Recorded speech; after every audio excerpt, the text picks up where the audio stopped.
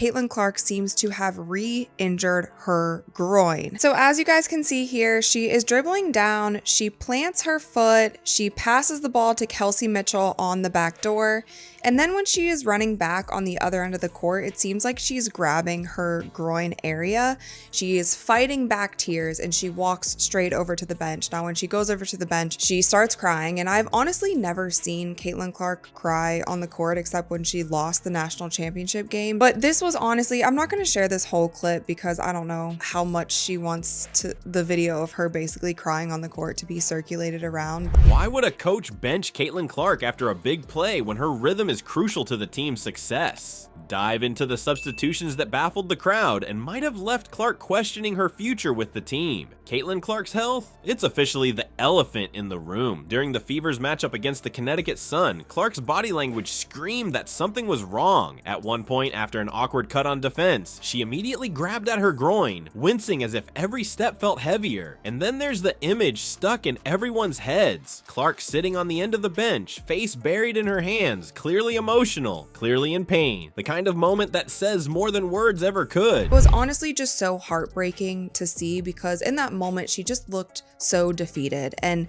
Caitlin Clark is somebody, she hides it really well, and I don't know if hiding it or she handles it is probably the right thing to say. She's never battled injuries in college. She's always been something who has been a very healthy player, and this year it has been quad injury and then another quad injury and then a groin injury and now what seems to be another groin injury. She handles the pressure, she handles all of the media spotlight, the attention, the expectations of how she performs on the court, the expectations of the ratings for her games. But here's where it gets messy. Late in the third quarter, right after a crucial defensive play and with the Fever still trying to shake off the Suns' momentum, head coach Stephanie White called for a substitution and Clark was pulled. Why? That's the million-dollar question. Fans at the game were visibly confused and the broadcast commentators even hesitated as they tried to figure out the reasoning. Clark wasn't just benched for a quick breather. It felt like a statement or a mistake. The frustration on Clark's face as she watched from the sidelines only added fuel to the fire. She had been battling the refs all night, barking at them after what she felt were missed calls. And to be fair, she just wasn't herself out there. The 14 points, 8 rebounds, and 7 assists make for a solid, well-rounded stat line. But context is everything. This play in the game was with under 1 minute left in the game against the Connecticut Sun. I'm going to go into some of the clips that are going viral right now. There are multiple moments in this game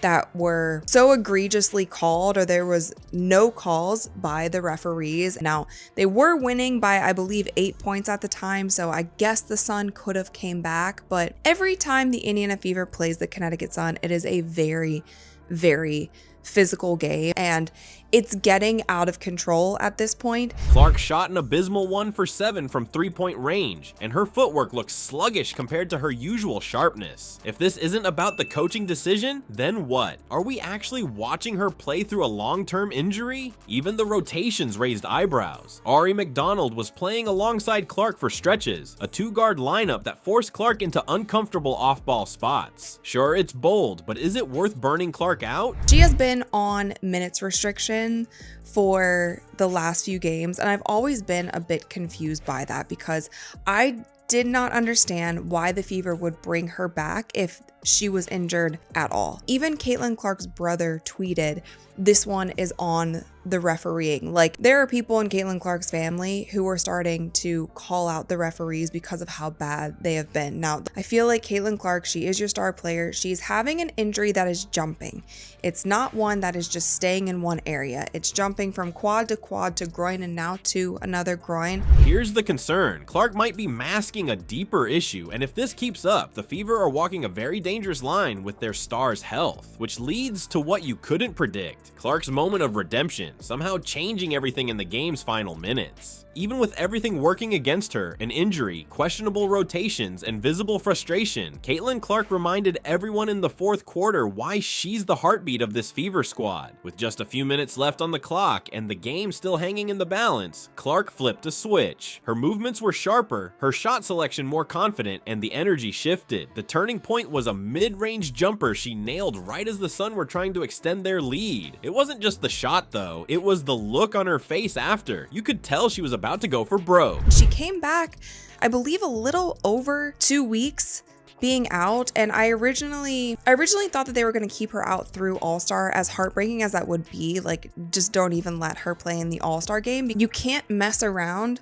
with injuries that are moving around your body, because it means that mechanically something isn't tracking right, something is not working properly. Groins are something that are just so finicky, but they're also things that can lead to bigger injuries. So I just hope that the Indiana Fever's medical staff I just hope that they have the top of the line people in there for her. Then came the three-pointer. At 4:14 left in the game, Clark finally found her rhythm. That shot broke the Suns' momentum and ignited a roar from the Fever bench, injecting life back into the entire building. For those few minutes, the Caitlin Clark fans had been waiting to see all night showed up. The difference was undeniable. Despite the pain that had visibly slowed her earlier, she pushed through, not just making big shots, but also orchestrating plays to keep the Fever alive. A quick dish to Natasha Howard for an and-one layup capped off the Fever's defining run. But Clark's magic wasn't the whole story of the night. Players like Kelsey Mitchell, Natasha Howard, and Sophie Cunningham carried the team for most of the game while Clark struggled. They saved this Fever team tonight, as the broadcast put it. Mitchell was the steady hand throughout the night, Howard dominated inside, and Cunningham hit momentum-changing shots when the game started slipping away. She is a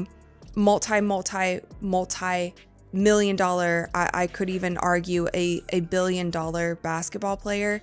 You need to have the top of the line people in for Caitlin Clark, and if they're not going to handle it, then she needs to get an NBA staff to work on her. She needs to get her own medical staff, and so she needs the top of the line people just making sure that she is good. You don't want to see an injury like this escalate into something where it turns into something that's actually torn. For much of the evening, you couldn't help but wonder if the weight of the offense had permanently shifted away from Clark. It was their efforts that held the Fever together. In the end though, Clark's fourth quarter surge changed everything. It wasn't a perfect night for her, but those clutch moments highlighted her importance, reminding everyone why she's as valuable as ever. The All-Star game is next, and if this game proved anything, it's that Clark knows how to deliver when it matters most. Caitlin Clark's health and the Fever's coaching decisions aren't just short-term problems. They could define the team's future. Watching Clark push through visible pain brings up an uncomfortable reality. Is the team risking her long-term health for immediate win? Stephanie White's choices, from odd rotations to surprising benchings, only add to the uncertainty. Now, with the All-Star weekend in Indianapolis, the stakes are even higher. Fans are counting on Clark for the three-point contest and the game itself. So what should matter more, rest or performance? Either way, the storyline isn't going anywhere, and all eyes are on Clark. What's next?